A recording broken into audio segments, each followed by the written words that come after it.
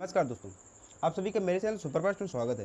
दोस्तों, आज हम लोग कंप्यूटर के कुछ महत्वपूर्ण तत्वों के बारे में डिस्कस करने वाले हैं, क्योंकि अभी ग्रुप डी के एग्जाम्स होने वाले हैं और आरआरबी के एग्जाम्स होने वाले हैं, एनटीपीसी के भी एग्जाम्स होने वाले हैं। तो रेलवे के मॉडल पेपर के तौर पर हम कंप्यूटर के कुछ महत्वपूर्ण इंपॉर्टेंट तत्वों को डिस्कस करने वाले हैं। तो दोस्तों, ये वीडियो आपके लिए काफ़ी इंपॉर्टेंट होने वाली है, क्योंकि इसमें कंप्यूटर के कुछ इंपॉर्टेंट पॉइंट दिए गए हैं। तो अगर आपको वीडियो पसंद है तो लाइक करना था, मेरे चैनल को सब्सक्राइब करना। तो चलते हैं वीडियो की ओर। तो पहला क्वेश्चन है, www का आविष्कारक कौन है? आपको बता दें कि www एक इंटरनेट वेबसाइट है जिसके आविष्कारक हैं टिम बर्नर्स-ली। ये इंग्लैंड के निवासी, इन्होंने 1989 में इसकी खोज की थी। किसकी? www की। तो इस प्रकार से www के आविष्कारक कौन हुए?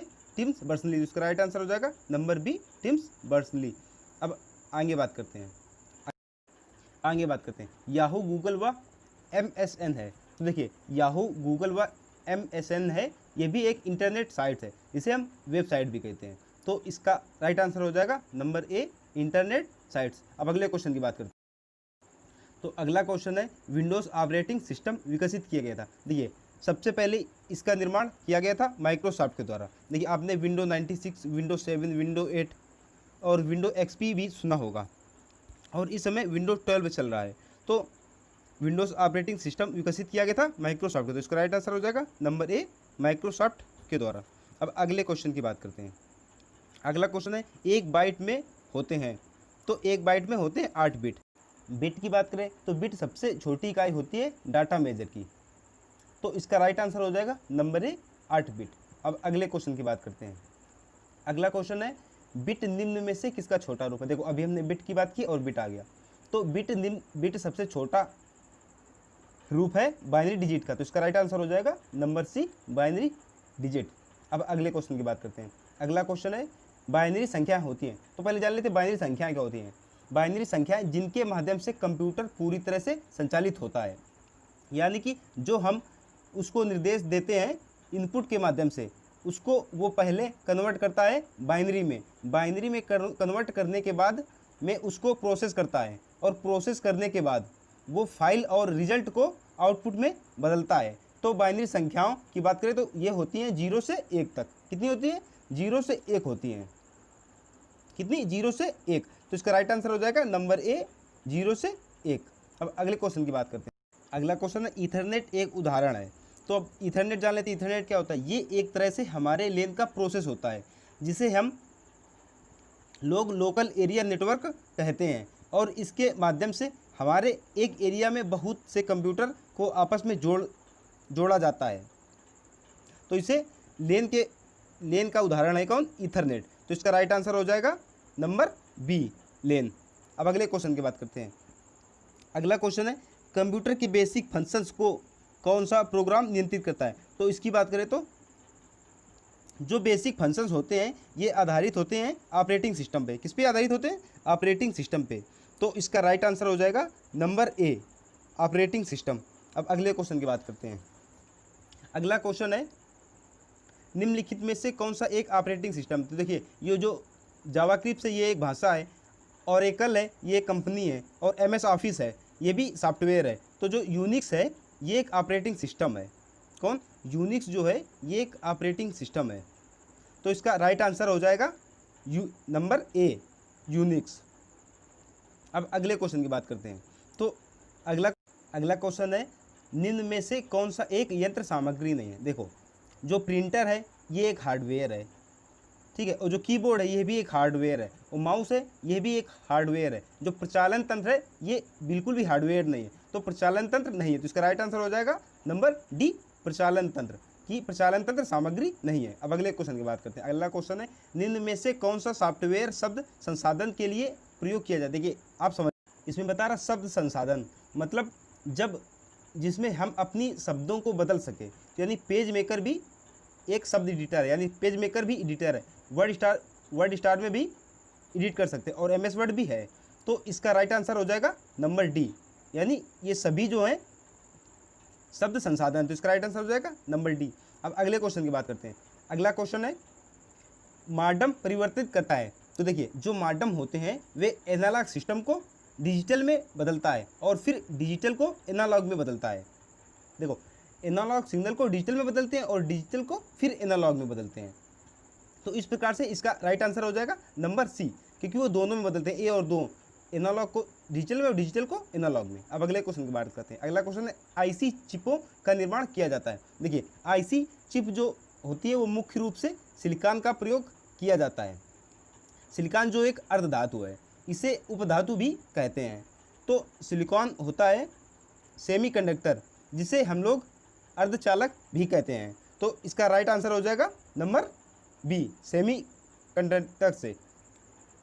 अब अगले क्वेश्चन की बात करते हैं। अगला क्वेश्चन है निम्नलिखित में से किस उपकरण में जाइरोस्कोप का प्रयोग किया जाता है। देखिए जो हमारा जाइरोस्कोप होता है ये जुड़ा होता है कंप्यूटर माउस से। तो देखिए कंप्यूटर माउस से जाइरोस्कोप जुड़ा होता है, तो इसका राइट आंसर हो जाएगा नंबर बी, कंप्यूटर माउस। अब अगले क्वेश्चन की बात करते हैं। अगला क्वेश्चन है कंप्यूटर के संबंध में www का विस्तार क्या है। देखिए हमने बताया था कि www का विस्तार क्या है, वर्ल्ड वाइड वेब। तो इसकी जो खोज की गई थी 1989 में, कब की गई थी, 1989 में www की खोज की गई थी। तो इसका राइट आंसर हो जाएगा नंबर ए, वर्ल्ड वाइड वेब। अब अगले क्वेश्चन की बात करते हैं। अगला क्वेश्चन है कौन सा कंप्यूटर का भाग नहीं है। तो देखिए जो इनपुट यूनिट है ये भी कंप्यूटर का भाग है, आउटपुट यूनिट है ये भी कंप्यूटर का भाग है, मेमोरी भी कंप्यूटर यूनिट का भाग है। जो बेसिक यूनिट है ये कंप्यूटर का भाग नहीं है। तो इसका राइट आंसर हो जाएगा नंबर डी, बेसिक यूनिट। अब अगले क्वेश्चन की बात करते हैं। अगला क्वेश्चन है प्रोजेक्ट लून संबंधित है। देखिए जो प्रोजेक्ट लून था ये शुरू किया गया था गूगल बाबा के द्वारा। किसके द्वारा, गूगल बाबा के द्वारा, क्योंकि पहले इंटरनेट की कमी थी। तो पहले जो पहाड़ों पे होता था बैलून के माध्यम, जिसे पैराशूट देखा है, ऐसे ही बैलून्स लगे होते थे, उनके द्वारा इंटरनेट की सुविधाएं पहुंचाई जाती थी। ये ज़्यादातर पहाड़ी इलाकों में यूज किया जाता था।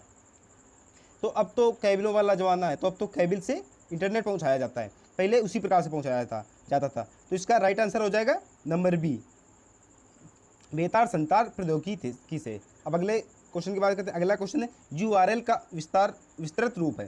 तो देखिए जैसे आप लोग टाइप करते हैं www.google.com पे, तो ये एक URL होता है।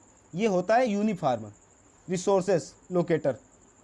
क्या होता है, यूनिफॉर्म रिसोर्सेस लोकेटर। तो इसका राइट आंसर हो जाएगा number C, uniform resources locator. अब अगले क्वेश्चन की बात करते हैं।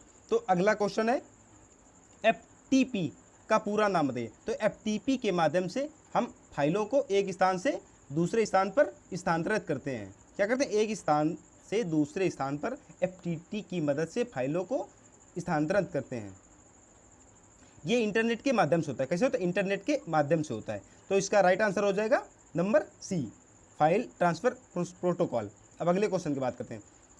अगला क्वेश्चन है UPS का विस्तृत रूप है। तो देखिए जब हम लोग PC कंप्यूटर में UPS को जोड़ देते हैं तो इसमें क्या होता है, मान लो जब लाइट कट जाती है तो UPS तुरंत सप्लाई देने लगता है।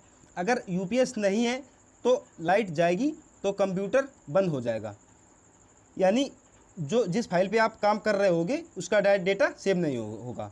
यानी आप कोई किसी फाइल पे काम कर रहे होगे और अचानक लाइट चली जाएगी तो आपका कंप्यूटर बंद हो जाएगा, तो डेटा सेव नहीं होगा। तो यह बिल्कुल इन्वर्टर की तरह काम करता है कि जैसे लाइट गई तो UPS काम करने लगा, जैसे लाइट गई तो UPS तुरंत काम करने लगा। इसे कहते हैं अनइंटर प्लेट पावर सप्लाई। इसका नाम भी बड़ा सोच समझ के रखा गया। तो इसका राइट आंसर हो जाएगा number A, uninterrupted power supply. अब अगले क्वेश्चन की बात। अगला क्वेश्चन है आप अपने कीबोर्ड को कंप्यूटर में किस पोर्ट में लगाते हैं। तो देखिए VGA पोर्ट भी कंप्यूटर में होता है, ईथरनेट भी पोर्ट कंप्यूटर में होता है। तो जो हम कीबोर्ड लगाते हैं वो USB पे लगाते हैं।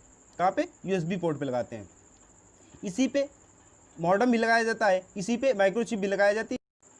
तो कीबोर्ड केवल USB पोर्ट पे लगाई जाती है। तो इसका राइट आंसर हो जाएगा नंबर सी, USB पोर्ट। अब अगले क्वेश्चन की बात करते हैं। अगला क्वेश्चन है CPU में होता है। देखो CPU में ALU होता है, CU भी होती है और मेमोरी भी होती है। तो इसका राइट आंसर हो जाएगा number C, arithmetic logic unit यानी ALU। अब अगले क्वेश्चन की बात करते हैं। तो अगला क्वेश्चन है ALU का पूरा नाम होता है। तो अभी हमने ALU के बारे में बात की। ALU का पूरा नाम होता है अरिथमेटिक लॉजिक यूनिट। तो इसका राइट आंसर हो जाएगा number C, arithmetic logic unit. अब अगले क्वेश्चन की बात करते हैं। अगला क्वेश्चन है कंप्यूटर की सबसे तेज मेमोरी होती है। देखो कंप्यूटर की सबसे तेज मेमोरी होती है रजिस्टर, और रजिस्टर का मुख्य काम क्या होता है कि जो भी डेटा कंप्यूटर में होता है उसका एड्रेस रखता है कौन, रजिस्टर। इसके बाद सबसे तेज मेमोरी होती है क्रैश, और फिर रैम, और फिर रोम होता है। तो इसका राइट आंसर हो जाएगा नंबर ए, रजिस्टर। अब अगले क्वेश्चन की बात करते हैं। तो अगला क्वेश्चन है 1 TB यानी 1 टेराबाइट में कितने GB होते हैं। तो आपको बता दें कि 1 टेराबाइट में 1024 GB होते हैं। तो इसका राइट आंसर हो जाएगा नंबर बी, 1024 GB। तो बस वीडियो में इतना ही। ये आपने कंप्यूटर के महत्वपूर्ण पॉइंट को डिस्कस किया हमने। तो इसलिए डिस्कस क्योंकि ग्रुप डी के एग्जाम्स भी आने वाले थे, NTPC के भी एग्जाम्स होने वाले हैं, तो इस वजह से हम कंप्यूटर के महत्वपूर्ण टॉपिक्स को लेके आए थे। अगर आपको वीडियो अच्छा लगा हो तो वीडियो को लाइक करना तथा मेरे चैनल को सब्सक्राइब करना। तो मिलते हैं फिर अगले वीडियो में, तब तक के लिए थैंक्स फॉर वॉचिंग।